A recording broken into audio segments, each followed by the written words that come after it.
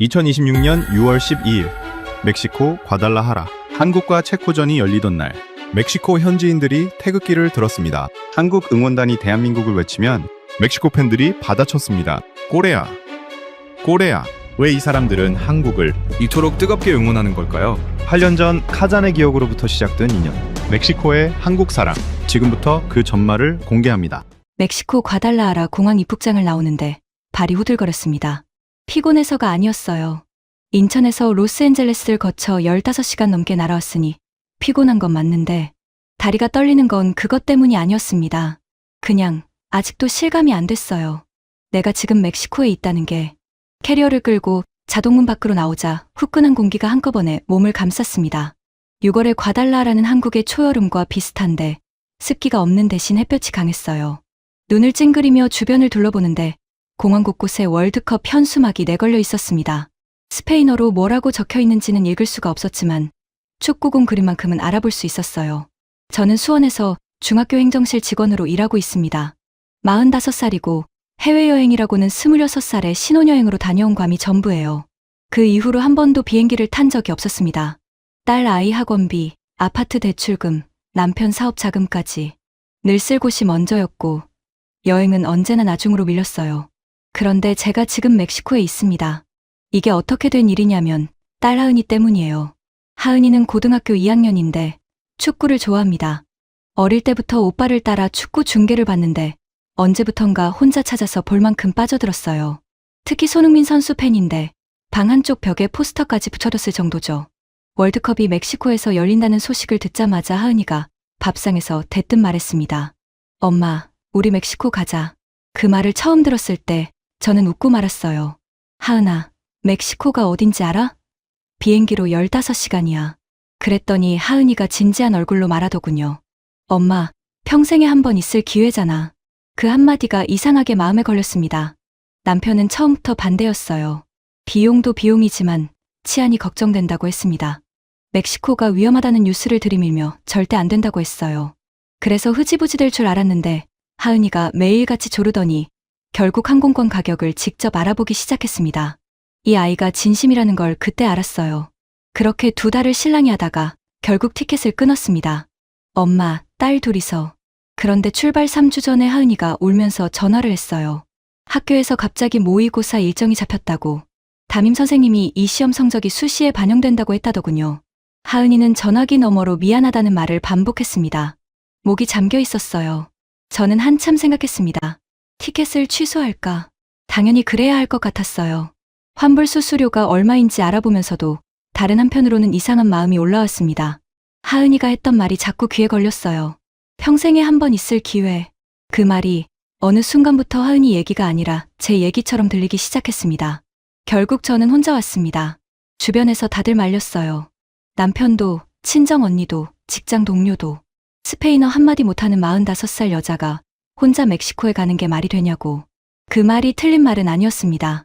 근데 그 말이 맞다는 것도 알면서 어쩐지 이번에는 고개를 끄덕이고 싶지 않았어요. 공항 밖에서 택시를 잡으며 폰에 저장해둔 호텔 이름을 기사에게 보여줬습니다. 기사가 끄덕이며 출발했어요. 창밖으로 낯선 도시가 흘러갔습니다. 과달라하라였어요. 월드컵이 열리는 도시. 그리고 내일이면 대한민국 대 체코전이 열리는 곳. 심장이 이상하게 빠르게 뛰었습니다. 겁이 나는 건지 설레는 건지 그 경계가 잘 구분되지 않았어요. 호텔 방에 짐을 풀고 나서 제일 먼저 한 일은 하은이한테 전화하는 거였습니다. 신호가 몇 번 가더니 하은이가 받았어요. 엄마, 도착했어? 응, 방금. 방은 어때? 깨끗해. 그럼. 너 공부는 하고 있어? 하고 있어. 엄마, 거기 지금 몇 시야? 시차가 16시간이었어요. 한국이 밤 11시면 과달라하라는 오전 7시였습니다. 저는 멕시코에 이른 아침에 있고 하은이는 한국의 늦은 밤에 있었어요.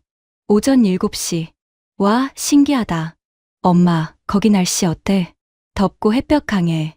근데 그늘에 있으면 괜찮아. 하은이가 잠깐 말을 멈췄습니다. 그러더니 조금 작은 목소리로 말했어요. 엄마, 미안해.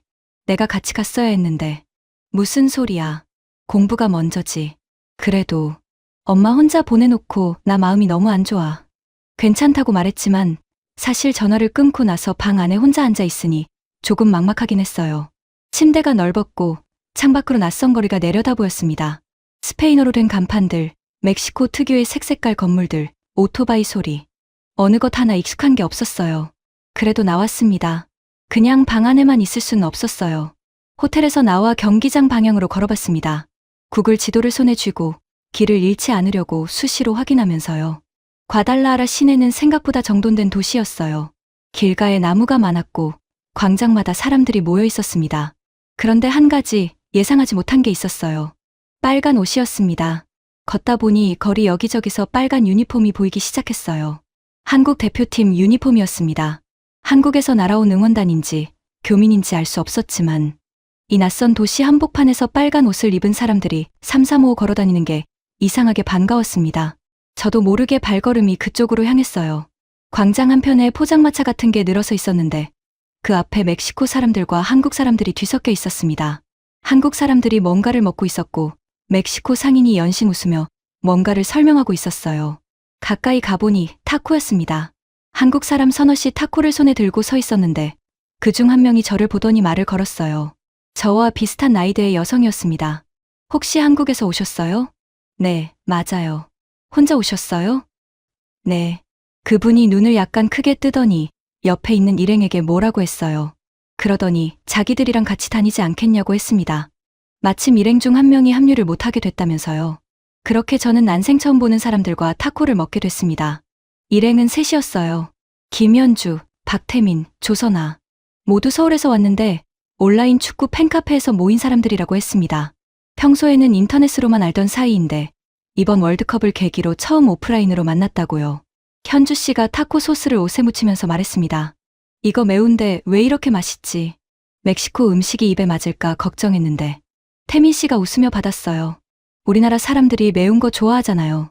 멕시코 음식이랑 체질이 맞는 것 같아.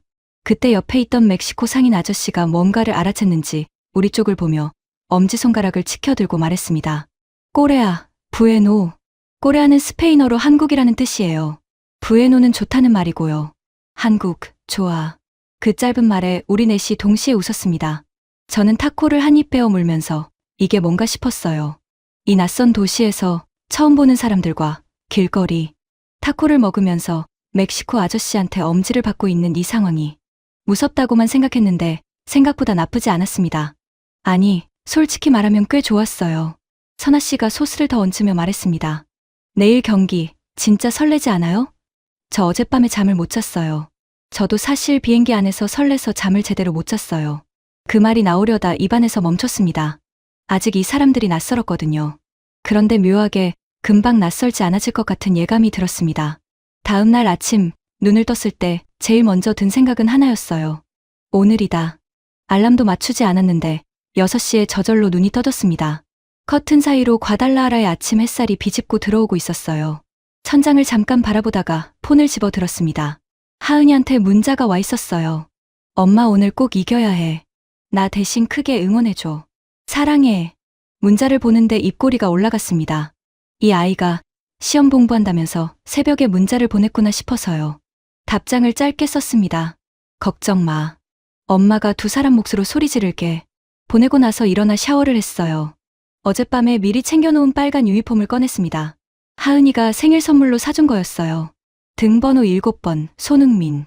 이걸 입고 경기장에 가는 게 하은이 소원이었는데 대신 제가 입고 가는 거였습니다. 유니폼을 입고 거울을 보는데 웃음이 나왔어요.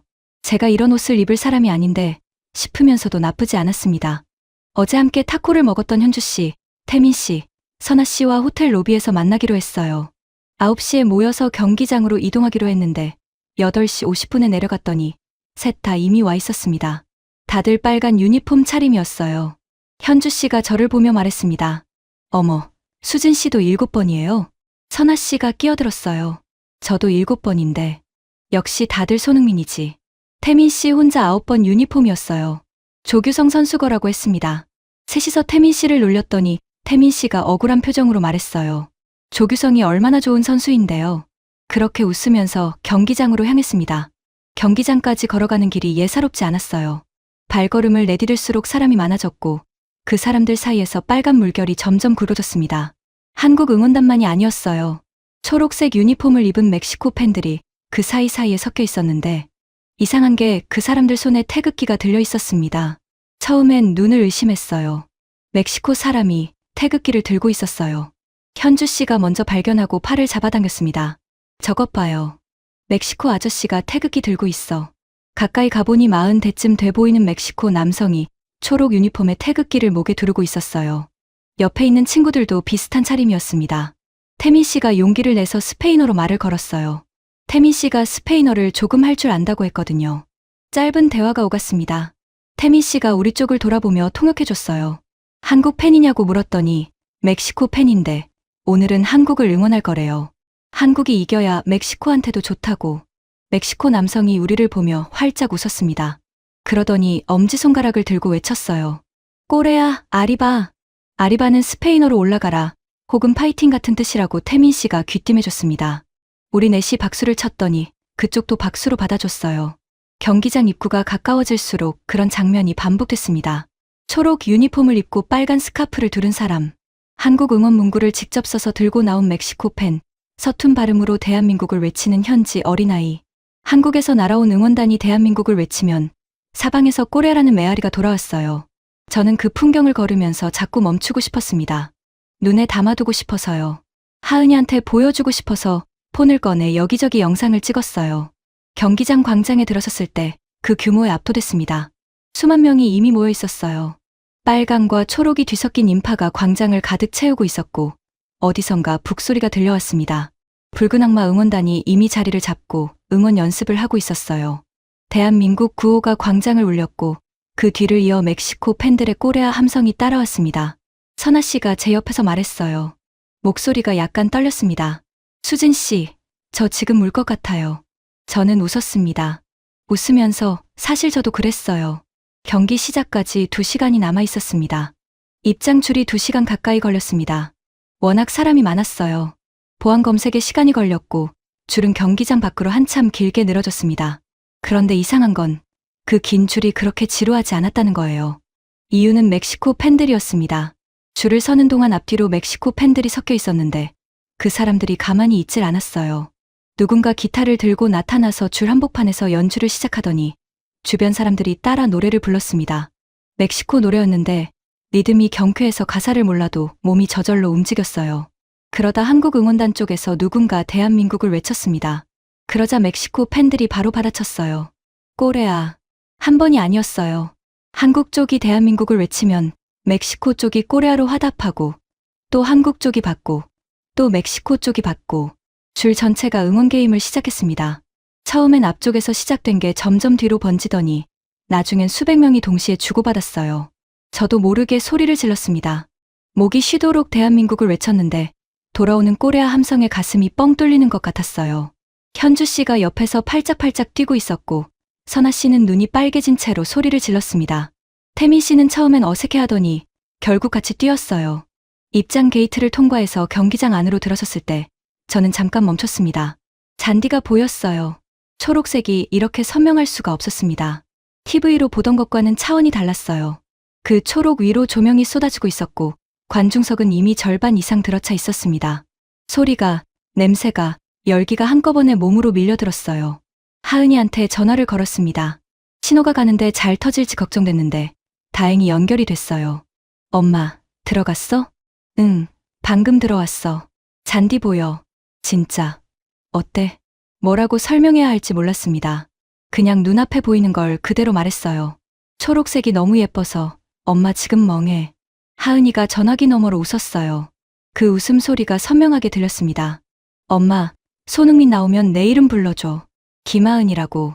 야, 그 소리가 거기까지 들릴 것 같아? 그냥 불러줘. 마음으로라도. 전화를 끊고 자리를 찾아 앉았어요. 우리 자리는 한국 응원단 구역 한가운데였습니다. 양옆으로 빨간 유니폼이 빼곡했어요. 그런데 우리 줄 바로 뒤에 초록 유니폼을 입은 멕시코 가족이 앉아 있었습니다. 부부와 아이 둘, 내 식구였어요. 아버지 쪽이 우리를 보며 말을 걸었어요. 스페인어였는데 태민 씨가 없었습니다. 태민 씨 자리가 우리 구역에서 조금 떨어진 곳이었거든요. 저는 어쩔 줄 모르고 웃으면서 고개를 끄덕였어요. 그러자 그 아버지가 폰을 꺼내더니 번역 앱을 켰습니다. 화면을 저한테 들이밀었어요. 우리는 한국을 응원합니다. 오늘 꼭 이기세요. 번역된 한국어가 화면에 떠 있었습니다. 저는 순간 뭐라고 해야 할지 몰랐어요. 그냥 가슴이 뭉클했습니다. 이 사람들이 왜 한국을 응원하는지 그때는 정확히 몰랐어요. 나중에야 알게 된 사실이지만 멕시코 팬들이 한국을 이토록 좋아하게 된 데는 이유가 있었습니다. 2018년 러시아 월드컵이었어요. 당시 한국은 조별리그 최종전에서 아무도 예상하지 못했던 결과를 만들어냈습니다. 세계 랭킹 1위였던 독일을 2대 0으로 꺾어버린 거예요. 그 결과 덕분에 탈락 위기에 몰려있던 멕시코가 극적으로 16강에 올랐습니다. 멕시코 팬들은 그날을 잊지 않았어요. 한국이 멕시코를 살려줬다고, 그때부터 한국은 은인이라고. 그 마음이 8년이 지난 지금 과달라하라 경기장 안에서 번역 앱 화면으로 전해진 거였습니다. 저는 폰을 받아 들고 한국어로 답을 입력했어요. 번역 앱이 스페인어로 바꿔줬습니다. 감사합니다. 꼭 이기겠습니다. 그 아버지가 화면을 보더니 환하게 웃었어요. 두 아이도 따라 웃었습니다. 막내로 보이는 여자아이가 수줍게 손을 흔들었어요. 저도 손을 흔들었습니다. 전광판에 선수 입장을 알리는 문구가 떴습니다. 경기장이 한꺼번에 들끓었어요. 킥오프까지 30분이 남아 있었습니다. 선수들이 입장했습니다. 터널에서 빨간 유니폼이 하나둘 모습을 드러내자 관중석이 한꺼번에 폭발했어요. 한국 응원단은 물론이고 초록 유니폼을 입은 멕시코 팬들도 함께 일어섰습니다. 꼬레아, 꼬레아. 그 함성이 경기장 천장을 맴돌았어요. 저는 그 순간 이상한 감각을 느꼈습니다. 이게 우리 응원인지, 저 사람들 응원인지 경계가 흐릿해지는 느낌이었어요. 한국 응원단과 멕시코 팬들이 같은 방향을 보며 같은 팀을 응원하고 있는 그 장면이 자꾸 눈에 밟혔습니다. 손흥민이 나왔어요. 제 유니폼 등번호와 같은 7번을 달고 잔디 위에 서는 순간 주변이 다시 한번 들썩였습니다. 저도 모르게 일어서려다 현주 씨가 팔을 잡았어요. 수진 씨, 애국가 때 같이 일어나요. 그러고 보니 이제 곧 애국가가 나올 참이었습니다. 스피커에서 첫 음이 흘러나오자 한국 응원단이 일제히 자리에서 일어섰어요. 저도 일어섰습니다. 유니폼 위에 손을 얹었는데 손바닥으로 심장 뛰는 게 느껴졌어요. 동해물과 백두산이. 그 멜로디가 귀에 들어오는 순간 목이 막혔습니다. 딱히 이유를 설명하기 어려웠어요. 그냥 이 먼 곳에서 이 노래를 듣고 있다는 사실 자체가 뭔가를 건드렸습니다. 수원집 거실에서 TV로 듣는 애국가랑 멕시코, 경기장 한가운데서 수만 명과 함께 듣는 애국가는 전혀 달랐어요. 뒤에서 소리가 들렸습니다. 돌아보니 멕시코 가족이었어요. 아버지가 기립해 있었고 두 아이도 서 있었습니다. 가사를 알 리 없는데 그냥 조용히 서서 앞을 바라보고 있었어요. 애국가가 끝날 때까지 그 모습을 보는데 눈물이 날 것 같았습니다. 참았어요. 경기도 시작 안 했는데 벌써 울면 안 된다 싶어서요. 킥오프 휘슬이 울렸습니다. 전반전은 팽팽했어요. 한국이 공을 잡고 전진하면 주변이 들썩이고 체코 수비에 막히면 아쉬운 탄성이 흘렀습니다. 손흥민이 슈팅을 때릴 때마다 경기장이 들썩였는데 번번이 빗나가거나 골키퍼에게 막혔어요. 그때마다 뒤에 앉은 멕시코 아버지가 혀를 찼습니다. 스페인어로 뭐라고 했는데 아마 아깝다는 말이었겠죠. 전반이 끝나고 하프타임이 됐습니다. 0대 0이었어요. 현주 씨가 기지개를 켜며 말했습니다. 후반에 터질 것 같아. 전반에 기회가 많았잖아. 선아 씨는 긍정적이지 못한 표정이었어요. 근데 자꾸 결정적인 순간에 마무리가 아쉬웠잖아요. 저는 둘의 말을 들으면서 음료수를 한 모금 마셨습니다. 사실 저는 분위기가 나쁘지 않다고 느꼈어요. 주도권을 쥐고 있었으니까요. 그런데 동시에 불안한 것도 사실이었어요. 월드컵이라는 게 한순간 방심하면 어떻게 될지 모르는 거잖아요. 그때 뒤에서 가볍게 어깨를 두드리는 게 느껴졌습니다. 돌아보니 멕시코 아버지였어요. 폰 화면을 들이밀었습니다. 번역된 문장이 떠 있었어요. 걱정하지 마세요. 후반에 한국이 이깁니다. 우리가 느낌이 좋아요. 저는 그 문장을 보고 웃음이 터졌습니다. 현주 씨, 선아 씨도 화면을 들여다보더니 같이 웃었어요. 저는 폰을 받아 들고 한국어로 입력했습니다. 당신이 맞기를 바랍니다. 번역된 화면을 보여줬더니 멕시코 아버지가 엄지를 들었어요. 그 옆에서 막내딸이 빨간 종이로 접은 하트를 내밀었습니다. 언제 접었는지 모를 작은 종이 하트였어요. 받아 들고 가슴이 뜨거워졌습니다. 이 아이가 왜 이걸 주는지 말이 안 통해도 알 수 있었어요. 그냥 좋아서였겠죠. 한국이 좋고 옆에 앉은 낯선 아줌마가 좋고 이 경기장 안의 분위기가 좋아서 종이 하트를 손 안에 꼭 쥐었습니다. 후반전 시작을 알리는 안내 방송이 흘러나오기 시작했어요. 선수들이 다시 그라운드로 나왔습니다. 경기장이 다시 살아났어요. 그런데 저는 그 순간 조금 이상한 마음이 들었습니다. 이기면 좋겠다는 마음은 당연했어요. 근데 그것만이 아니었어요. 이 경기장 안에서 지금 이 순간 말도 안 통하는 사람들과 같은 걸 바라고 있다는 것. 옆에 처음 본 사람들과 어깨를 맞대고 앉아 있다는 것. 멕시코 아이가 건넨 종이 하트 한 장이 이렇게 마음을 건드린다는 것. 이기고 지는 것과 별개로 이미 뭔가를 받은 것 같은 느낌이었습니다. 그러면서도 동시에 이겨야 한다는 마음도 더 커졌어요. 저 멕시코 가족 앞에서 지면 안 되겠다는 웃기지만 진심인 마음이었습니다. 후반전 휘슬이 울렸습니다. 후반 14분이었습니다. 한국이 공을 잡고 전진하던 흐름이 한순간 끊기더니 체코의 역습이 시작됐어요. 순식간이었습니다. 수비 뒷공간이 열렸고 라디슬라프 크레이치가 그 공간으로 파고들었어요. 각도가 좁아 보였는데 슈팅이 정확히 골망 구석을 갈랐습니다. 0대 1점. 경기장이 한 박자 멈춘 것 같았어요. 체코 응원단 쪽에서 함성이 터졌고 한국 응원석은 순간 조용해졌습니다. 저도 그 침묵 안에 있었어요. 아무 말도 나오지 않았습니다. 손 안에 쥐고 있던 종이 하트가 구겨지는 게 느껴졌어요. 나도 모르게 주먹을 쥐었던 거였습니다. 뒤에서 낮은 탄식이 들렸어요. 멕시코 아버지였습니다. 스페인어로 뭐라고 했는데 표정을 보니 안타깝다는 말이겠거니 싶었어요. 현주 씨가 두 손으로 얼굴을 가렸습니다. 왜 이런 타이밍에? 선아 씨는 아무 말 없이 그라운드만 바라봤어요. 태민 씨 자리가 보이지 않았지만 분명 비슷한 표정을 하고 있겠거니 싶었습니다. 저는 자리에 앉은 채 그라운드를 바라봤어요. 한국 선수들이 다시 공을 잡고 전진하기 시작했습니다. 포기하지 않는다는 게 느껴졌어요. 그 모습을 보면서 이상하게 마음이 더 조여들었습니다. 지는 게 싫다기보다 저 선수들이 저렇게 뛰고 있는데 내가 여기서 뭔가를 해야 할 것 같은 느낌이랄까요. 저는 자리에서 일어섰습니다. 그리고 소리를 질렀어요. 대한민국. 목소리가 생각보다 크게 나왔습니다. 옆에 있던 현주 씨가 놀란 얼굴로 저를 봤어요. 저도 약간 놀랐습니다. 평소에 저라면 절대 이런 행동을 하지 않거든요. 회사에서도 조용한 편이고 뭔가를 크게 표현하는 스타일이 아닌데. 그런데 그날은 달랐어요. 현주 씨가 따라 일어서며 같이 외쳤습니다. 선아 씨도 일어섰어요. 주변 응원단이 다시 불을 붙이기 시작했고 그 기운이 번지더니 한국 응원석 전체가 다시 살아났습니다. 대한민국 구호가 파도처럼 밀려갔어요. 그러자 뒤에서 소리가 들렸습니다. 꼬레아. 멕시코 아버지였어요. 두 아이도 따라 외쳤습니다. 막내딸이 아까 저한테 종이 하트를 줬던 그 아이가 자리에서 일어나 두 팔을 번쩍 들고 꼬레아를 외치고 있었어요. 앳된 목소리로 힘껏. 그 순간 주변 멕시코 팬들도 하나둘 따라 일어나기 시작했습니다. 한국 응원석 안에 섞여 있던 초록 유니폼들이 모두 일어섰어요. 꼬레아, 꼬레아. 한국 응원단의 대한민국과 멕시코 팬들의 꼬레아가 교차하며 경기장을 채웠습니다. 저는 그 소리를 들으면서 눈물이 차오르는 걸 느꼈어요. 참을 수가 없었습니다.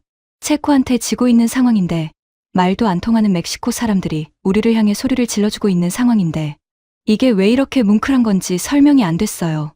하은이한테 보여주고 싶었습니다. 폰을 꺼내 영상을 찍기 시작했어요.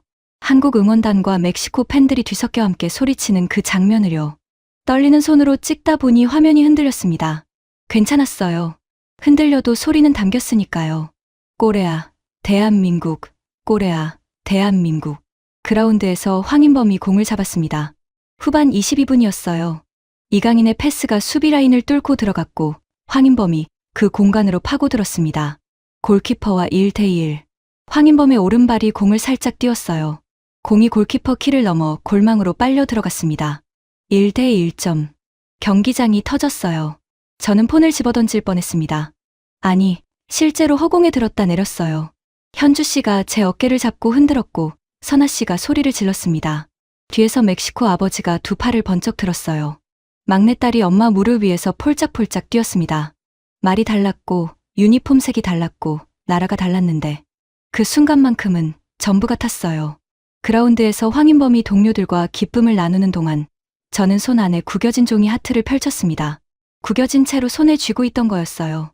살짝 찌그러졌지만 하트 모양은 살아있었습니다. 승부는 아직 끝나지 않았어요. 후반 30분, 한국 벤치에서 교체 카드가 나왔습니다. 손흥민이 나오고 오현규가 들어갔어요.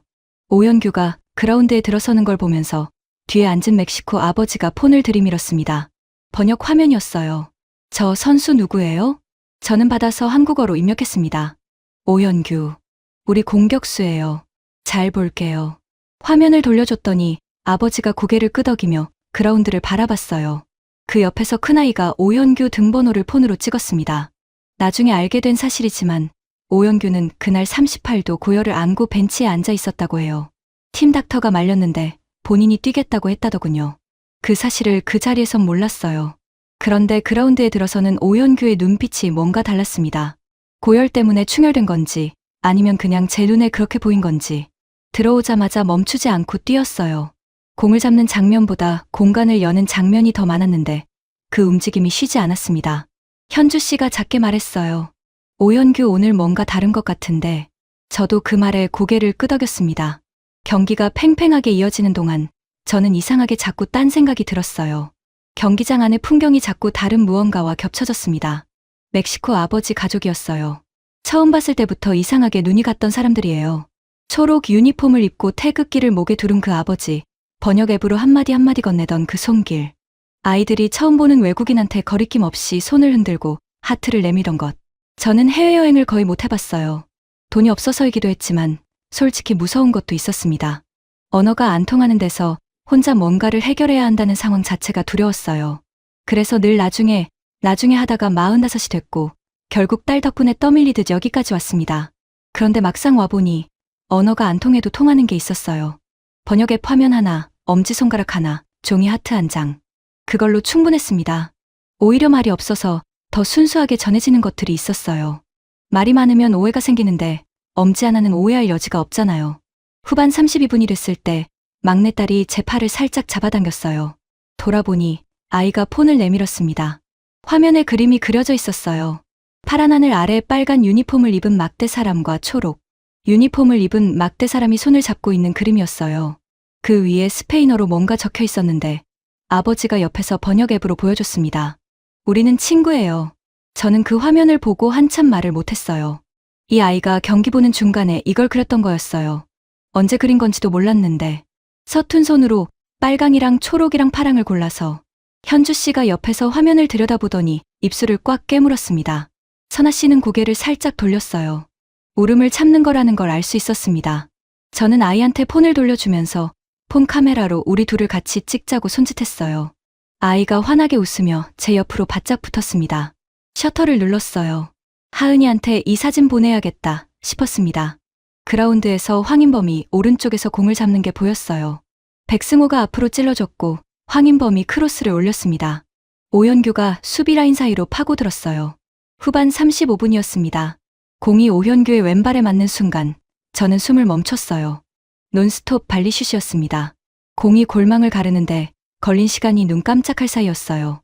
2대 1점. 경기장이 무너지는 것 같았습니다. 소리를 질렀습니다. 무슨 소리였는지 모르겠어요. 말도 아니고 단어도 아니었습니다. 그냥 몸 안에 있던 게 한꺼번에 터져나온 것 같은 그런 소리였어요. 옆에서 현주 씨가 제 팔을 잡고 매달렸고 선아 씨는 두 손을 번쩍 들고 뛰었습니다. 경기장 전체가 하나의 거대한 파도처럼 들썩였어요. 뒤를 돌아봤습니다. 멕시코 아버지가 두 팔을 하늘로 뻗고 있었어요. 큰아이는 옆 사람과 하이파이브를 하고 있었고 막내딸은 엄마 품에 안긴 채 깔깔 웃고 있었습니다. 아버지가 저와 눈이 마주치자 두 주먹을 불끈 쥐어 보였어요. 말없이도 뜻이 통했습니다. 됩니다. 이제 됩니다. 저는 그 자리에서 폰을 꺼냈어요. 하은이한테 문자를 보내야 했습니다. 2대 1점, 오현규 역전골. 엄마 지금 울고 있어. 전송하고 나서 화면을 보니 손이 떨리고 있었어요. 문자를 보내면서도 눈물이 뺨을 타고 흘렀습니다. 훔치려다 말았어요. 경기장 안에서 우는 사람이 저 혼자가 아니었으니까요. 현주 씨가 소매로 눈가를 닦으며 말했어요. 나 왜 이렇게 울지? 말도 안 돼. 저도요. 선아 씨가 코를 훌쩍이며 웃었습니다. 셋이서 눈이 다 벌개진 채로 웃었어요. 웃기면서 울고 울면서 웃는 그 상태가 한동안 이어졌습니다. 그런데 경기는 아직 끝나지 않았어요. 2대 1로 앞서고 있었지만 남은 시간이 있었습니다. 체코가 반드시 동점을 노릴 거라는 건 뻔했어요. 현주 씨가 눈물을 훔치면서도 그라운드에서 눈을 떼지 못했습니다. 저도 마찬가지였어요. 그때였습니다. 뒤에서 어깨를 두드리는 게 느껴졌어요. 멕시코 아버지였습니다. 폰을 내밀었어요. 번역 화면이었는데 이번엔 문장이 길었습니다. 2018년에 한국이 독일을 이겼을 때 저는 집에서 혼자 울었어요. 한국이 우리를 구해줬거든요.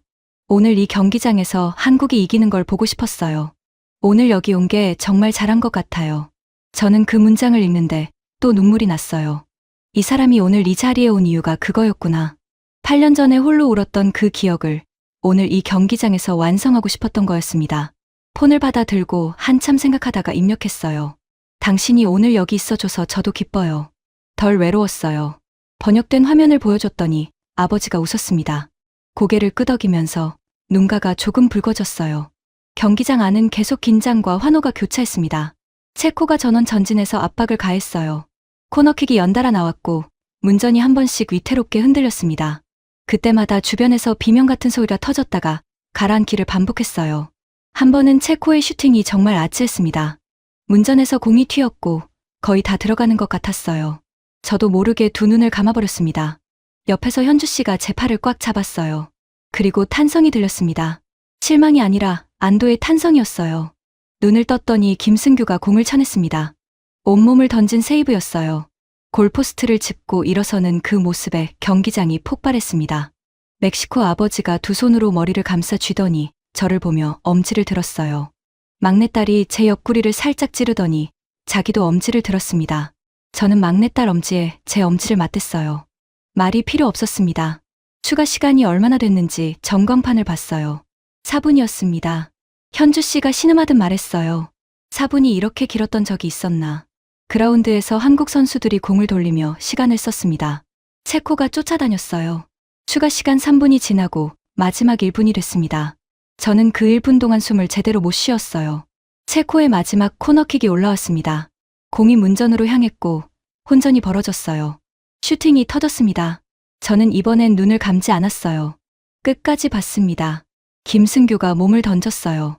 공이 그의 장갑에 맞고 빗나갔습니다. 골킥이었어요. 그리고 심판이 호루라기를 입에 댔습니다. 삐 2대 1점, 대한민국 승리.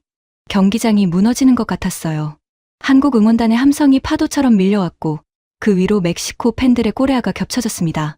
저는 그 소리 한가운데 서 있었는데 발이 바닥에서 떨어지지 않았어요. 그냥 거기 서서 울었습니다. 눈물이 멈추질 않았습니다. 훔쳐도 또 흘렀어요. 선아 씨가 가방에서 휴지를 꺼내 건네줬는데 저만 쓴 게 아니었습니다. 현주 씨도 받아들었고 선아 씨 본인도 썼어요. 셋이서 빨간 유니폼을 입고 나란히 서서 코를 훌쩍이고 있었습니다. 우습기도 하고 창피하기도 하고 근데 전혀 부끄럽지 않았어요. 뒤에서 어깨를 감싸는 손이 느껴졌습니다. 멕시코 아버지였어요. 말없이 어깨를 한번 꽉 쥐었다 놓았습니다. 그 손의 무게가 이상하게 오래 남았어요. 멕시코 어머니도 저를 보며 따뜻하게 웃었습니다. 막내딸이 제 손을 잡더니 흔들었어요. 그 순간만큼은 가족처럼 느껴졌습니다. 처음 보는 사람들인데, 이름도 제대로 모르는 사람들인데, 선수들이 관중석을 향해 인사를 하기 시작했습니다. 잔디 위를 달리며 팬들에게 손을 흔들었어요.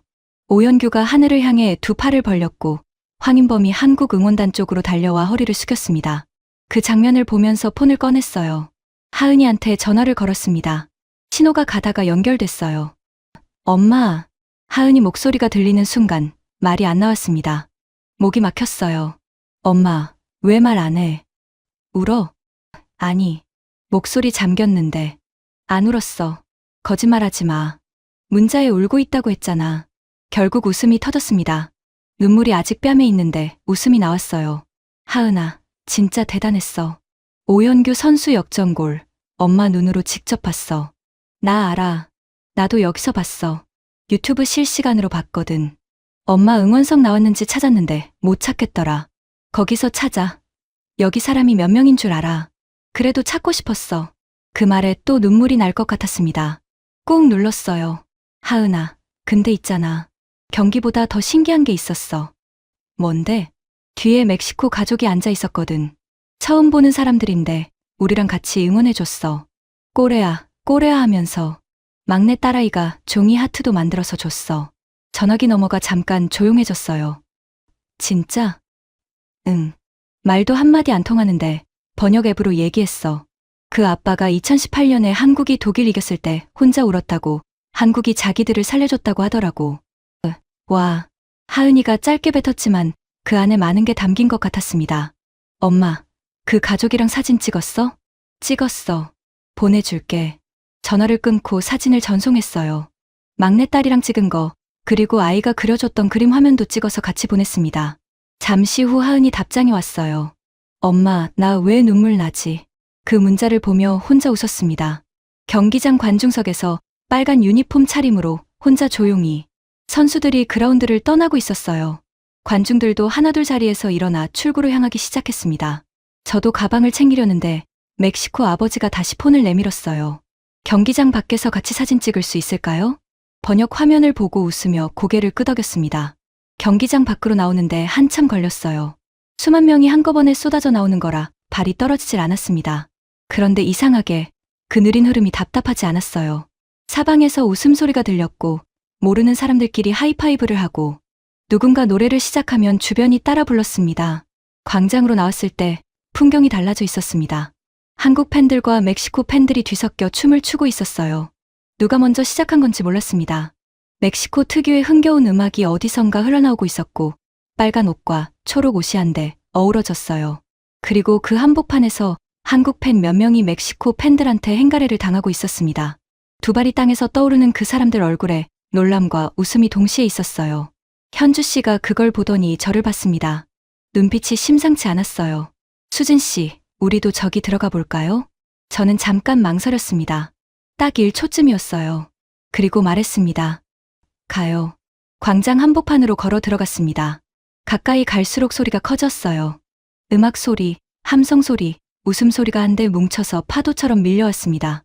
빨간 옷과 초록 옷이 뒤섞인 인파 안으로 들어서자 멕시코 팬 하나가 저를 보더니 두 팔을 벌렸어요. 안아도 되냐는 제스처였습니다.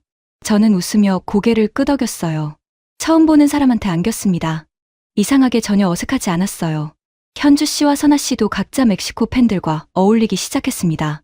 선아 씨는 누군가와 즉흥적으로 댄스를 추고 있었고 현주 씨는 멕시코 아주머니랑 팔짱을 끼고 사진을 찍고 있었어요. 그 옆에서 멕시코 가족이 다가왔습니다.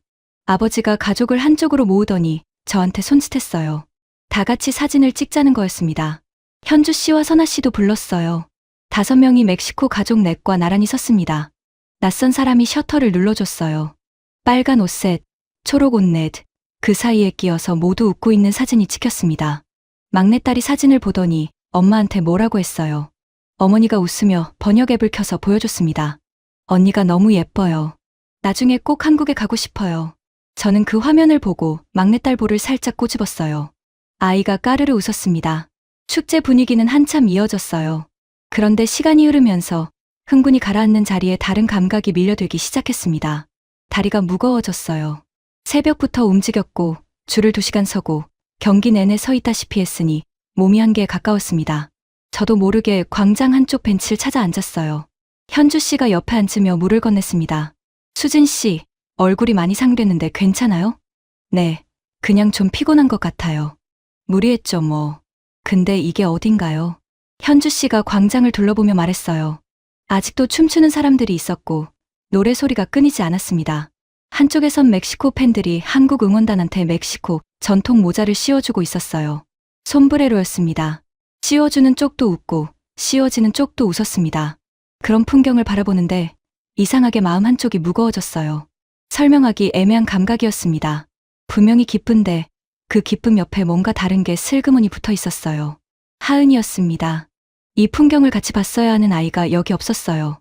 저를 이 도시로 밀어낸 사람이 정작 이 자리에 없었습니다. 경기장 안에서 울었을 때도 그랬고 멕시코 가족이랑 사진을 찍을 때도 그랬어요. 순간순간 옆을 돌아보면 하은이가 있어야 할 자리가 비어 있었습니다. 폰을 꺼냈어요. 하은이한테 영상통화를 걸었습니다. 신호가 몇 번 가더니 연결됐어요. 화면에 하은이 얼굴이 떴는데 눈이 부어 있었습니다. 운 것 같았어요. 하은아, 울었어? 안 울었어. 눈이 왜 그래? 꽃가루 알레르기. 저도 아까 하은이한테 똑같은 말을 했던 것 같아서 웃음이 나왔습니다. 광장 보여줄게. 폰을 돌려서 광장을 비췄어요. 춤추는 사람들, 노래하는 사람들, 빨강과 초록이 뒤섞인 그 풍경을요. 하은이가 화면 너머에서 말했어요. 와, 진짜다. 사람 엄청 많다. 그러게. 너 있었으면 좋았을 텐데. 말하고 나서 괜히 했나 싶었습니다. 하은이가 이미 못 온 것 때문에 마음이 안 좋을 텐데. 근데 하은이는 예상과 다르게 담담하게 말했어요. 엄마, 나 다음 월드컵엔 꼭 같이 가. 약속해. 다음 월드컵. 4년 뒤였어요. 그때 하은이는 20살이고 저는 49이 됩니다. 약속해. 짧게 대답했어요. 그런데 그 짧은 말이 이상하게 무게감이 있었습니다. 영상통화를 끊고 나서 벤치에 등을 기댔어요. 과달라하라의 저녁 하늘이 붉게 물들고 있었습니다. 낮에 그렇게 강하던 햇볕이 누그러지면서 공기가 조금 부드러워졌어요. 현주 씨가 말했습니다. 수진 씨, 저녁 같이 먹어요. 오늘 이대로 헤어지기 아깝잖아요. 고개를 끄덕이려다 문득 멕시코 가족이 생각났어요. 돌아보니 그 가족이 아직 광장에 있었습니다. 막내딸이 아버지 등에 엎혀서 졸고 있었어요. 그 모습을 보는데 오늘 하루가 한꺼번에 밀려왔습니다. 번역 앱 화면, 종이 하트, 아이가 그려준 그림, 행갈에 함께 찍은 사진. 말 한마디 제대로 나눈 적 없는 사람들인데 오늘 이 사람들한테 받은 게 너무 많았어요. 자리에서 일어나 그 가족한테로 걸어갔습니다. 아버지가 저를 보더니 등에 업힌 딸을 살살 흔들었어요. 아이가 눈을 비비며 고개를 들었습니다. 저를 보더니 졸린 눈으로 웃었어요. 저는 폰을 꺼내 번역 앱을 켰습니다. 이번엔 제가 먼저였어요. 오늘 정말 고마웠어요. 덕분에 혼자가 아니었어요. 아버지가 화면을 읽더니 고개를 끄덕였습니다. 그러더니 폰을 받아 들고 입력했어요. 우리도요. 오늘은 평생 잊지 못할 것 같아요.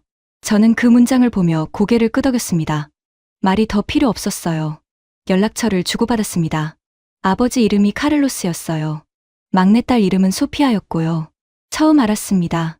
하루 종일 같이 있었는데 이름을 이제야 알았어요. 소피아가 제 손을 잡고 흔들다가 놓았습니다. 그리고 아버지 등에 다시 얼굴을 묻었어요. 카를로스가 웃으며 손을 흔들었고 저도 손을 흔들었습니다. 돌아섰는데 발걸음이 무겁지 않았어요. 오히려 이상하게 가벼웠습니다. 저녁은 현주 씨가 찾아둔 한식당에서 먹었습니다. 과달라하라에 한식당이 있다는 게 신기했는데 막상 들어가 보니 규모가 꽤 됐어요. 교민이 운영하는 곳은 아니고 멕시코 사람이 하는 집인데 메뉴판에 김치찌개, 순두부, 비빔밥이 있었습니다. 자리에 앉자마자 현주 씨가 김치찌개를 시켰고 저와 선아 씨도 따라 시켰어요. 태민 씨는 비빔밥을 골랐습니다. 음식이 나오는 동안 넷이서 오늘 하루를 돌아봤어요. 줄 서다가 응원 게임 한 것, 번역 앱으로 멕시코 가족이랑 대화한 것, 선아 씨가 처음 보는 멕시코 아저씨랑 즉흥 댄스 춘 것, 하나씩 꺼낼 때마다 웃음이 터졌습니다. 선아 씨는 댄스 얘기가 나오자 얼굴이 빨개지면서 손사래를 쳤어요. 그거 언급하지 말기로 해요. 왜요? 잘하던데. 잘하긴요. 박자도 못 맞췄는데. 멕시코 아저씨는 엄지 들었잖아요. 다 같이 웃었습니다. 김치찌개가 나왔어요. 한 숟가락 떴는데 뜨겁고 칼칼한 게 목구멍을 타고 넘어갔습니다. 멕시코 땅에서 먹는 김치찌개가 이렇게 반가울 줄 몰랐어요. 현주 씨가 국물을 마시더니 눈을 감았습니다. 이거 먹으니까 진짜 살 것 같다.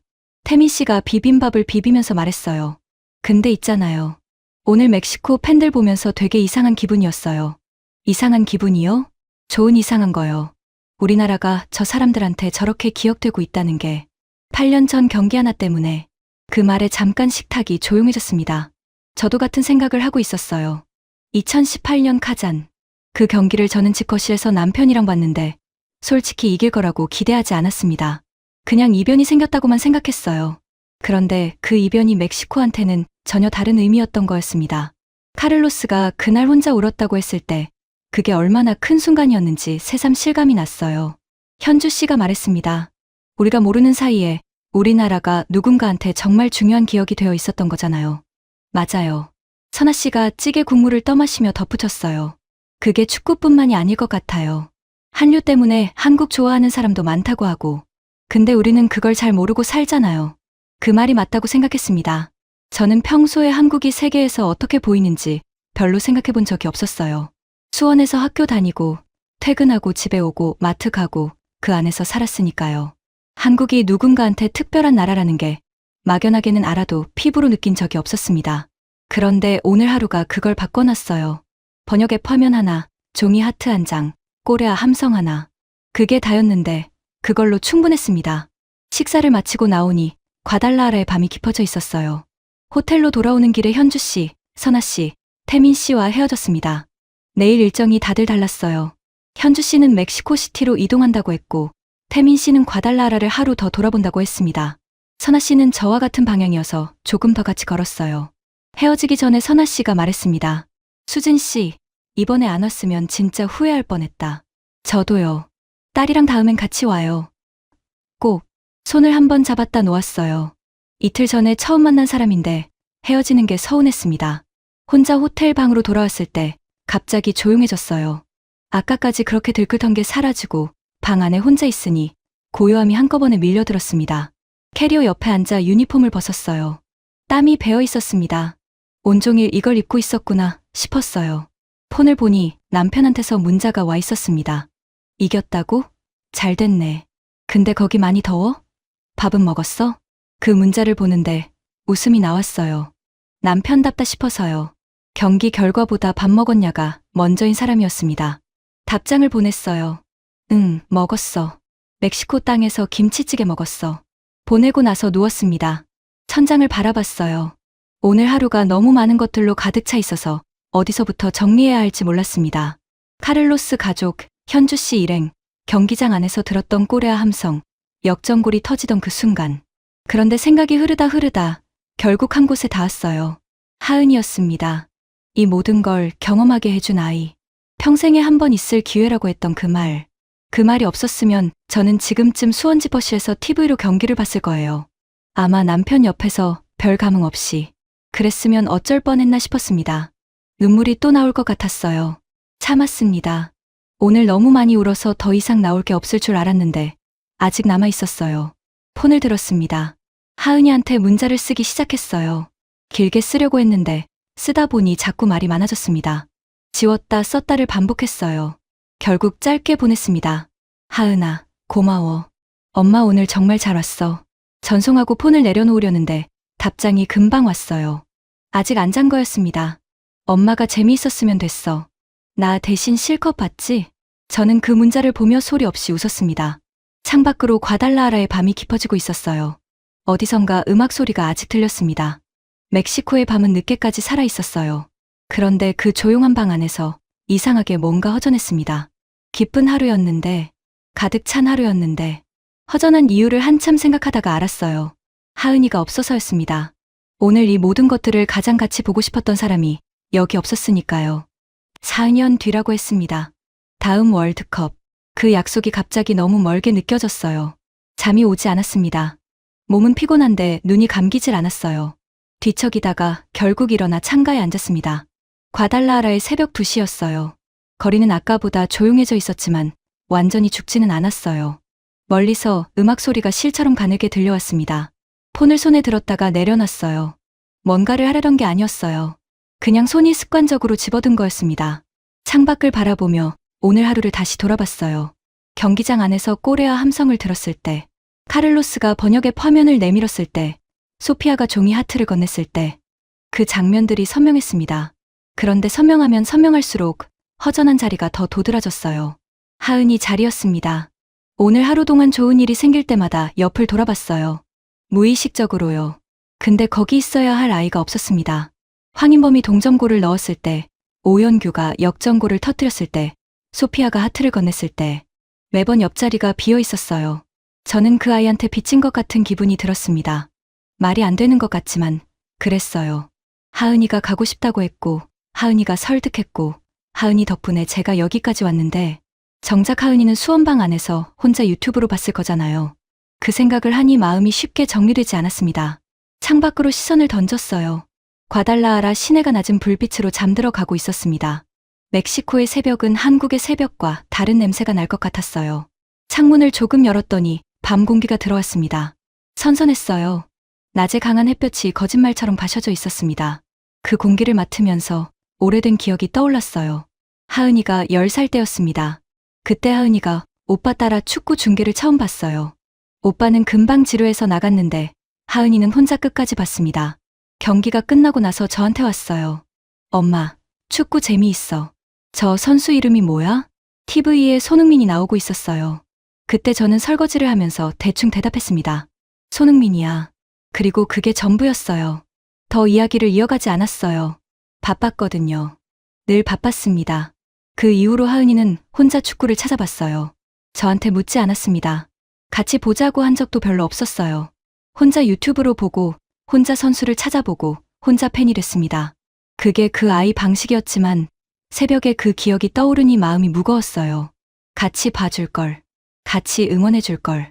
딱 한 번이라도 옆에 앉아서 하은아, 저 선수 봐봐 하고 같은 방향을 가리켜 줄 걸. 그 생각이 밤새 머릿속을 맴돌았습니다.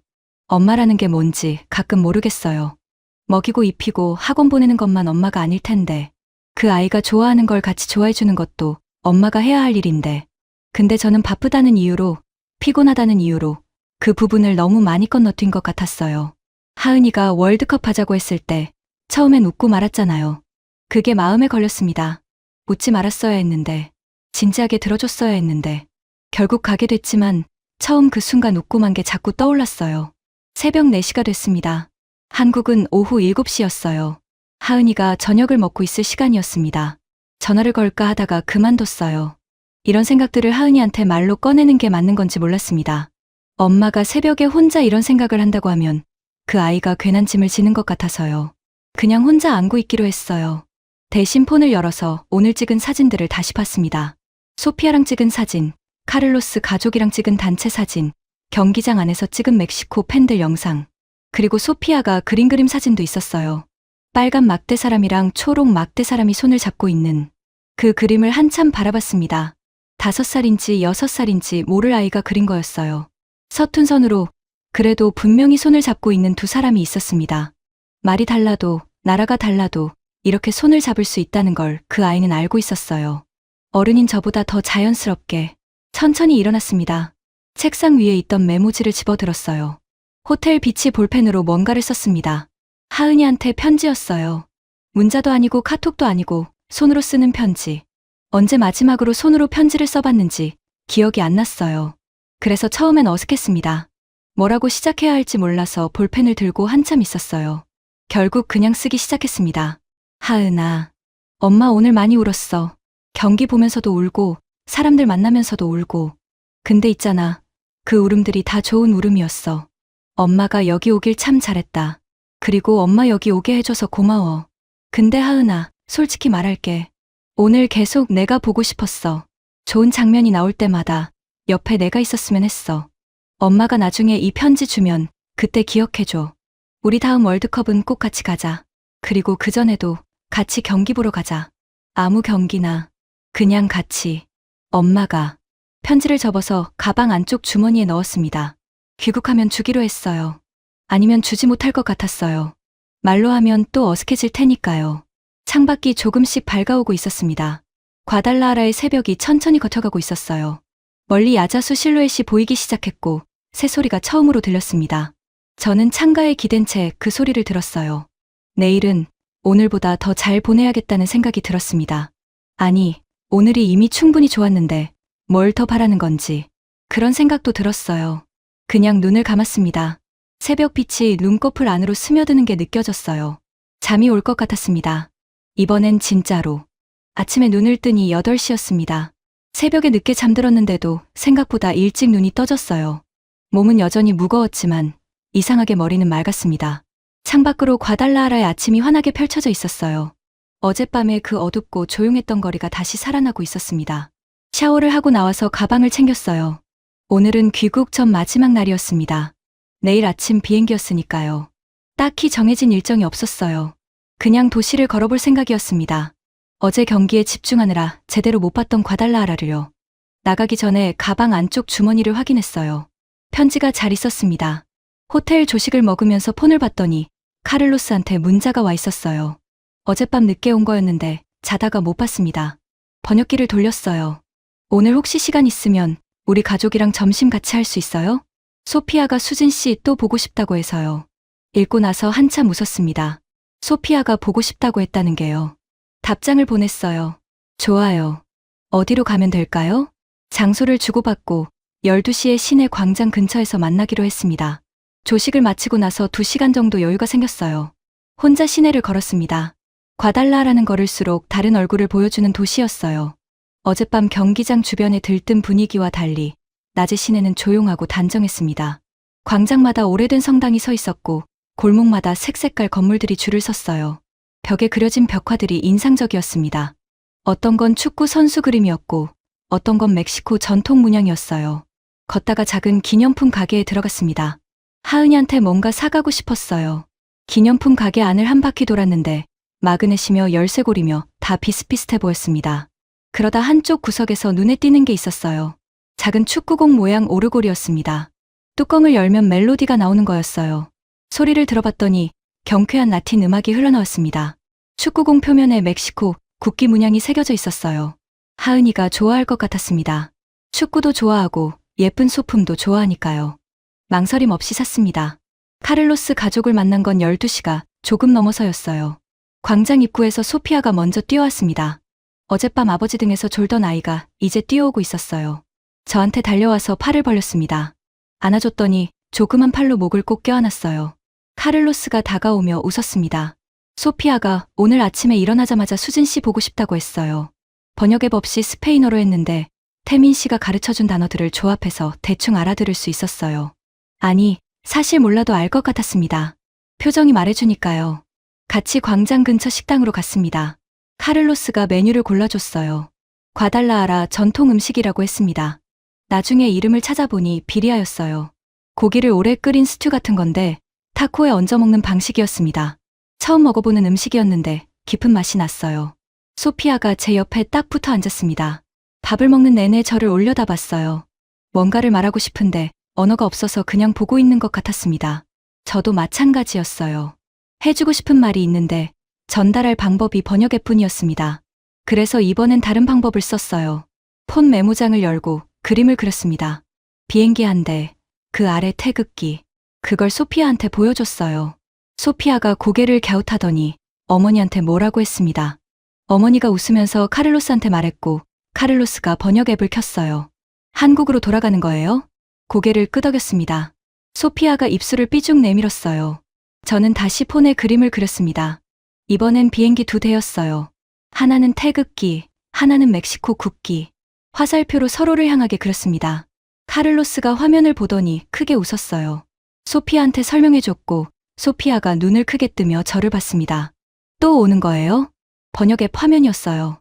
고개를 끄덕였습니다. 꼭 다시 오겠다는 말이 아니라 우리가 이어져 있다는 말을 하고 싶었어요. 말이 안 통해서 비행기 2대로 표현한 거였는데 소피아는 그걸 또 오는 거냐고 이렇습니다. 그게 더 좋았어요. 점심을 다 먹고 나서 광장을 잠깐 걸었습니다. 소피아가 제 손을 잡고 걸었어요. 카를로스 부부가 뒤에서 따라오면서 얘기를 나눴습니다. 번역 앱으로 주고받는 대화였는데 속도는 느렸지만 끊이지 않았어요. 카를로스가 물었습니다. 딸이 있다고 했죠? 네. 고등학생이에요. 축구 좋아한다고. 손흥민 팬이에요. 카를로스가 웃으며 엄지를 들었습니다. 그러더니 잠깐 생각하다가 다시 입력했어요. 딸한테 소피아 인사 전해줘요. 그 문장을 읽는데 가슴이 따뜻해졌습니다. 만난 적도 없는 두 아이가 멕시코와 한국에서 서로 인사를 전하게 됐어요. 말도 안 통하고 본 적도 없는 아이들이. 그게 가능한 게 축구였고 이 경기였고 이 도시였습니다. 광장 분수대 앞에서 마지막 사진을 찍었어요. 카를로스 가족과 저 5명이 나란히 섰습니다. 지나가던 행인이 셔터를 눌러줬어요. 사진을 확인하는데 소피아가 제 손을 잡은 채 카메라를 향해 활짝 웃고 있었습니다. 그 옆으로 카를로스와 어머니가 있었고 저도 웃고 있었어요. 좋은 사진이었습니다. 카를로스가 사진을 보더니 저한테 전송해줬어요. 그리고 번역 앱으로 말했습니다. 이 사진 평생 간직할게요. 저도 입력했어요. 저도요. 헤어지면서 소피아가 제 손을 꼭 잡았다가 놓았습니다. 그 작은 손이 떠나는 게 이상하게 아쉬웠어요. 손을 흔들며 걸어가는 소피아의 뒷모습을 오래 바라봤습니다. 호텔로 돌아오는 길에 하은이한테 전화를 걸었어요. 하은아, 엄마 오늘 카를로스 가족 또 만났어. 진짜? 소피아도? 응. 소피아가 너한테 인사 전해달래. 전화기 너머에서 하은이가 잠깐 말을 멈췄습니다. 나를요? 나 모르는데. 알아. 근데 전해달래. 하은이가 조용히 웃었어요. 그 웃음소리가 선명하게 들렸습니다. 엄마, 나 멕시코 가고 싶다.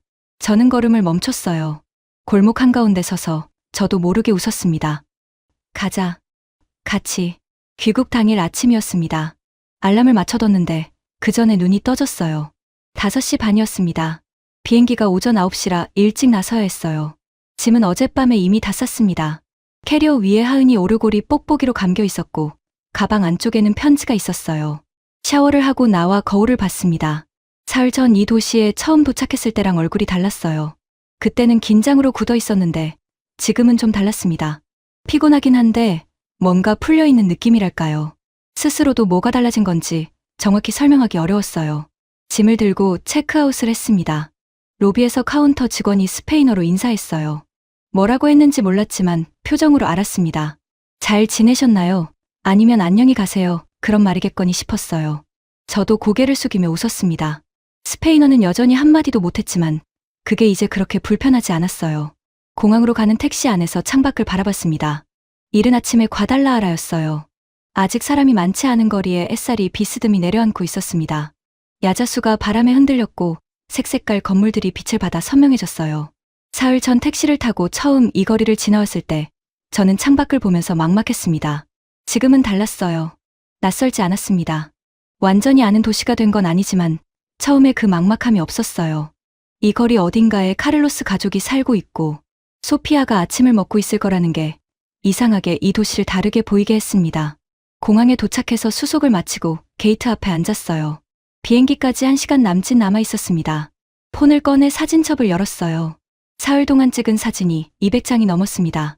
처음엔 낯선 거리를 찍고 경기장 입장줄에서 찍고 경기 중에 찍고 광장 축제에서 찍고 카를로스 가족과 찍고 한 장씩 넘기다가 소피아가 그린 그림 사진에서 멈췄어요. 빨간 막대 사람과 초록 막대 사람이 손을 잡고 있는 그 그림. 우리는 친구예요. 라고 써있던 그 화면을 찍어둔 사진이었습니다. 한참 바라보다가 이걸 어떻게 해야 하나 생각했어요. 그냥 두기엔 아까웠습니다. 사진을 캡처해서 현주씨, 선아씨, 태민씨 단체 채팅방에 올렸어요. 사흘 전 타코를 먹다가 만들어진 채팅방이었습니다. 캡처 아래 짧게 썼어요. 다들 잘 들어가고 있어요? 이거 보니까 또 생각나서 금방 답장이 왔습니다. 현주씨가 먼저였어요. 나 지금 멕시코시티 공항인데 이거 보고 또 눈물 날 뻔했잖아요. 선아씨도 왔어요. 소피아 진짜 천재 아니에요. 저 그림 하나로 다 표현했잖아. 태민씨가 마지막이었습니다. 다음 월드컵도 같이 가요. 우리 넷이서. 그 문자를 읽으며 웃었어요. 이틀을 같이 보낸 사람들인데 헤어지는 게 아쉽다는 게 느껴졌습니다. 온라인 팬카페에서 처음 만나서 낯선 도시에서 타코를 나눠 먹고 같이 울고 웃다가 이렇게 됐어요. 탑승 안내 방송이 흘러나왔습니다. 자리에서 일어나 게이트로 향했어요. 줄을 서면서 카를로스한테 문자를 보냈습니다. 번역 앱 없이 영어로 We are boarding now. Thank you for everything. 잠시 후 답장이 왔어요. 스페인어였는데 번역하니 이렇게 나왔습니다. 소피아가 수진한테 잘 가라고 해요. 그리고 엄마한테 전해줘요. 한국은 좋은 나라라고. 저는 그 문자를 읽으며 줄 안에서 멈췄습니다. 뒤에서 사람들이 밀려오고 있었는데 잠깐 비켜서 다시 읽었어요. 소피아가 수진한테 잘 가라고. 그 아이가 제 이름을 알고 있었구나. 카를로스한테 들었겠죠. 이름을 알면서 하루 종일 이름 대신 웃음으로만 말했던 거였어요. 눈물이 날 것 같았습니다. 참았어요. 비행기에서 울면 된다 싶어서요. 답장을 보냈어요. 소피아한테 말해줘요. 수진도 소피아 잊지 않겠다고. 전송하고 게이트를 통과했습니다. 비행기에 올라 자리에 앉았어요. 창가 자리였습니다. 창밖으로 과달라하라 활주로가 보였어요. 아직 이륙 전이라 비행기가 조용히 서 있었습니다. 폰을 꺼내서 하은이한테 문자를 보냈어요. 하은아, 엄마 지금 비행기 타. 곧 출발해. 집에 가면 줄 게 있어. 편지 얘기였어요. 하은이는 모르겠지만 답장이 왔습니다. 뭔데? 선물? 응, 선물. 거짓말은 아니었어요. 편지도 선물이니까요. 빨리 와. 나 오늘 학교에서 체육 시간에 축구했는데 내가 제일 잘했어. 그 문자를 보고 소리 없이 웃었습니다. 이 아이가 시험 기간에 축구를 했구나. 그리고 제일 잘했다고. 비행기가 천천히 움직이기 시작했어요. 활주로를 달리더니 기울어지면서 떠올랐습니다. 창밖으로 과달라하라가 작아졌어요. 도시 전체가 시야에 들어왔다가 구름 속으로 사라졌습니다. 저는 창밖을 바라보며 생각했어요. 사흘이었습니다. 고작 사흘이었는데 오는 것보다 가는 게 더 아쉬웠습니다. 막막하던 게 낯설지 않게 됐고 무서웠던 게 그립게 됐어요. 말이 안 통하는 사람들과 이렇게 깊은 무언가를 나눌 수 있다는 걸 45이 돼서야 알았습니다. 늦게 안 거지만 모르고 사는 것보다는 나으니까요. 눈을 감았습니다. 귀국하면 해야 할 일들이 머릿속에 떠올랐어요. 하은이한테 편지 주기, 같이 축구 경기 보러 가기 약속 잡기, 카를로스한테 한국 기념품 보내기, 소피아한테 줄 그림책 찾아보기. 많았어요. 그런데 무겁지 않았습니다. 오히려 하고 싶은 것들이었어요. 인천공항에 내린 건 다음 날 저녁이었습니다. 입국장을 나오는데 나 지금 풍경이 한꺼번에 쏟아졌어요. 한국어 간판, 한국어 안내 방송, 한국어로 통화하는 사람들. 사흘 만에 돌아온 건데 이상하게 오래 있다가 돌아온 느낌이었습니다. 자동문이 열리는 순간 하은이가 보였어요. 개찰구 앞에 서 있었습니다. 빨간 유니폼을 입고 있었어요. 손흥민 7번이었습니다. 제가 과달라하라에서 입고 다닌 것과 똑같은 유니폼이었어요. 하은이가 저를 발견하더니 손을 번쩍 들었습니다. 저는 캐리어를 끌고 걸어갔어요. 가까워질수록 하은이 얼굴이 선명해졌습니다. 키가 저보다 조금 크고 머리를 묶고 있었어요. 유니폼이 조금 컸는데 그게 또 이 아이답다 싶었습니다. 엄마, 왜 이렇게 오래 걸렸어? 비행기가 이래. 배고프지? 집에 가서 밥 먹자. 아빠가 갈비 사놨어. 저는 웃음이 나왔어요. 갈비. 남편다웠습니다. 말은 안 해도 챙기는 사람이에요. 에스컬레이터를 타고 내려오면서 하은이가 물었습니다. 엄마, 진짜 어땠어? 다 얘기해줘. 뭐부터 얘기해줄까? 다요. 처음부터. 그 말에 잠깐 생각했어요. 처음부터 공항 입국장에서 발이 후들거렸던 것부터 시작해서 타코 먹다가 현주 씨 일행을 만난 것, 경기장 줄에서 꼬레아 응원 게임을 했던 것, 카를로스 가족을 처음 만났던 것, 역전골이 터지던 순간, 소피아가 종이 하트를 건네던 것, 행가래를 당했던 것, 새벽에 혼자 편지를 썼던 것. 너무 많았어요. 차에서 얘기해 줄게. 길어. 얼마나 길어? 집에 도착해도 못 끝낼 수도 있어. 하은이가 피식 웃었습니다. 주차장으로 걸어가면서 가방 안쪽 주머니를 열었어요. 편지가 있었습니다. 손에 들었다가 지금 줄까 아니면 나중에 줄까 잠깐 망설였어요. 그냥 지금 줬습니다. 이게 뭐야? 읽어봐. 하은이가 받아들고 펼쳤어요. 걸으면서 읽기 시작했습니다. 저는 옆에서 보지 않으려고 앞을 봤어요. 캐리어 바퀴가 주차장 바닥을 구르는 소리가 들렸습니다. 한참 조용했어요. 그러다 하은이가 걸음을 멈췄습니다. 저도 멈췄어요. 돌아보니 하은이가 편지를 들고 서 있었어요. 고개를 숙이고 있었습니다. 어깨가 조금 떨렸어요. 하은아, 잠깐만. 목소리가 잠겨 있었습니다. 저는 아무 말 하지 않았어요. 그냥 옆에 서 있었습니다. 주차장 안이 조용했어요. 어디선가 차 한 대가 지나가는 소리가 들렸다 사라졌습니다. 잠시 후 하은이가 고개를 들었어요. 눈이 빨개져 있었습니다. 엄마, 나 꽃가루 알레르기 있잖아. 저는 웃음이 터졌습니다. 하은이도 따라 웃었어요. 둘이서 주차장 한가운데 서서 소리내어 웃었습니다. 웃음이 가라앉고 나서 하은이가 말했어요. 엄마, 다음엔 나도 데려가. 약속했잖아. 말로만 하지 말고 엄마도 편지 써줘. 저는 잠깐 하은이를 바라봤습니다. 이 아이가 편지 하나 받았다고 바로 요구하는 게 생겼어요. 알았어. 써줄게. 하은이가 편지를 접어서 유니폼 주머니에 넣었습니다. 조심스럽게요. 차에 탔어요. 남편이 시동을 켜면서 백미러로 저를 봤습니다. 어땠어? 좋았어. 그게 다야? 응. 남편이 피식 웃으며 차를 출발시켰어요. 더 묻지 않았습니다. 이 사람이 좋은 점 중 하나가 다 안다는 듯이 더 캐묻지 않는다는 거예요. 하은이가 뒷좌석에서 말했습니다. 아빠, 엄마 엄청 울었대. 경기 보면서. 그래? 응. 멕시코 사람들이 꼬레아 꼬레아 해줬대. 남편이 운전하면서 조용히 말했어요. 그러게. 거기서 응원해줬다더라. 뉴스에서 봤어.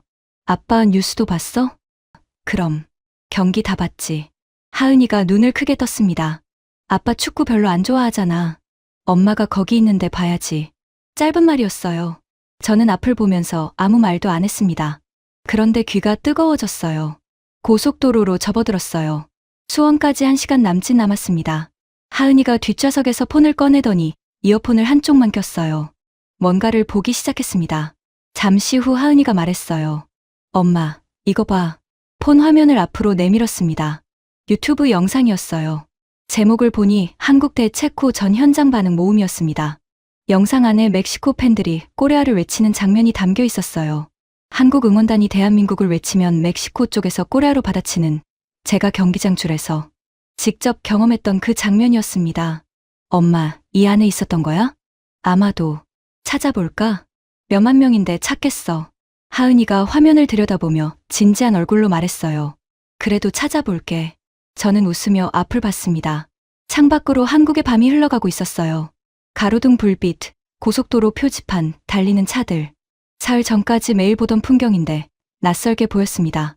아니, 낯설다기보다는 새로웠어요. 같은 풍경인데 다른 눈으로 보는 것 같은 느낌이었습니다. 과달라하라에서 돌아온 눈이었어요. 꼬레아를 외쳐준 사람들이 있는 도시에서, 종이 하트를 건네준 아이가 있는 도시에서 돌아온 눈이었습니다. 하은이가 폰을 보면서 조용히 말했습니다. 엄마, 나 한국 사람인 게 오늘 되게 좋았어. 저는 그 말을 듣고 한참 있었어요. 창밖을 바라보면서 그 말을 속으로 한 번 더 되뇌었습니다. 한국 사람인 게 좋았어. 저도 그랬어요. 과달라하라 경기장 안에서 카를로스 가족 옆에 앉아서 꼬레아 함성을 들으면서 그냥 한국 사람인 게 좋았습니다. 이유 같은 거 필요 없이 그냥 나도 짧게 말했어요. 하은이가 폰에서 눈을 들어 저를 봤습니다. 뭔가를 말하려다 그냥 다시 폰으로 시선을 내렸어요. 괜찮았습니다. 말로 다 하지 않아도 됐어요. 차가 수원 톨게이트를 빠져나갔습니다. 집이 가까워졌어요. 남편이 창문을 조금 내렸습니다. 초여름 밤 공기가 들어왔어요. 과달라하라의 밤 공기와는 달랐지만 그것대로 좋았습니다. 하은이가 폰을 내리며 말했어요. 엄마, 다음 경기는 집에서 같이 보자. 멕시코전. 그러자. 이번엔 아빠도 같이. 남편이 운전하면서 말했습니다. 나도 볼게. 셋이서 잠깐 조용했어요. 그 조용함이 어색하지 않았습니다. 오히려 꽉 찬 것 같았어요. 말이 없어도 가득 찬 것들이 있었습니다. 저는 시트에 등을 기대며 눈을 감았어요. 멕시코 과달라하라.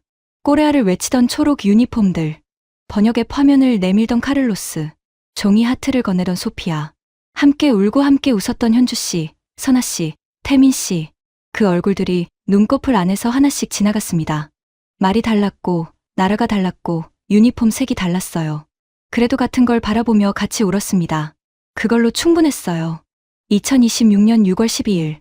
멕시코 과달라하라 스타디움에서 대한민국이 체코를 2대1로 꺾었습니다. 그런데 그날 경기 결과만큼 많은 사람들의 마음을 움직인 장면이 있었습니다. 초록 유니폼을 입은 멕시코 팬들이 한국 응원단과 나란히 서서 꼬레아를 외쳤어요. 한국이 공격 기회를 잡을 때마다 함성을 보내고 체코가 반칙을 할 때마다 야유를 퍼부었습니다. 역전골이 터진 순간엔 멕시코 팬들이 한국 팬들을 들어 행가래를 쳤어요. 적진이 아니었습니다. 홈 경기였습니다. 그 풍경을 보면서 저는 생각했어요. 저 경기장 안에 처음 멕시코에 온 한국 사람들이 있었을 거라고. 말도 안 통하고 혼자 왔고 두렵기도 했을 사람들이. 그런데 그 낯선 도시에서 뜻밖의 환대를 받았을 거라고. 오늘 이야기는 그 마음을 담았습니다. 멕시코 팬들이 한국을 이토록 뜨겁게 응원하는 데는 이유가 있어요. 2018년 러시아 월드컵, 카잔의 기적이었습니다. 한국이 당시 세계 랭킹 1위였던 독일을 2대0으로 꺾었고 그 덕분에 탈락 위기에 몰려있던 멕시코가 극적으로 16강에 올랐습니다. 멕시코 팬들은 그날을 잊지 않았어요. 8년이 지난 지금도 한국은 그들에게 은인이었습니다. 그 마음이 과달라하라 경기장에서 꼬레아라는 함성으로 돌아왔어요. 주인공 김수지는 실존 인물이 아닙니다. 카를로스 가족도 소피아도 현주씨 일행도 모두 창작된 인물이에요. 하지만 그날 경기장에서 멕시코 팬들의 환대에 놀라고 뭉클해하고 눈물을 흘린 한국 사람들은 분명히 실제했습니다. 이 영상은 인공지능의 도움을 받아 제작되었습니다. 경기 결과와 현장 분위기는 실제 사실에 근거했으며 등장인물들의 이야기는 창작된 픽션임을 밝힙니다. 축구 한 경기가 두 나라를 이어줬습니다. 말이 달라도 유니폼 색이 달라도 같은 방향을 보며 같이 울 수 있다는 것. 그게 오늘 이 이야기가 하고 싶었던 말입니다. 대한민국 대표팀에 남은 경기를 응원합니다. 그리고 그 경기장 안에서 처음 보는 사람들과 어깨를 맞대고 울었을 모든 분들께 이 이야기를 바칩니다. 감사합니다.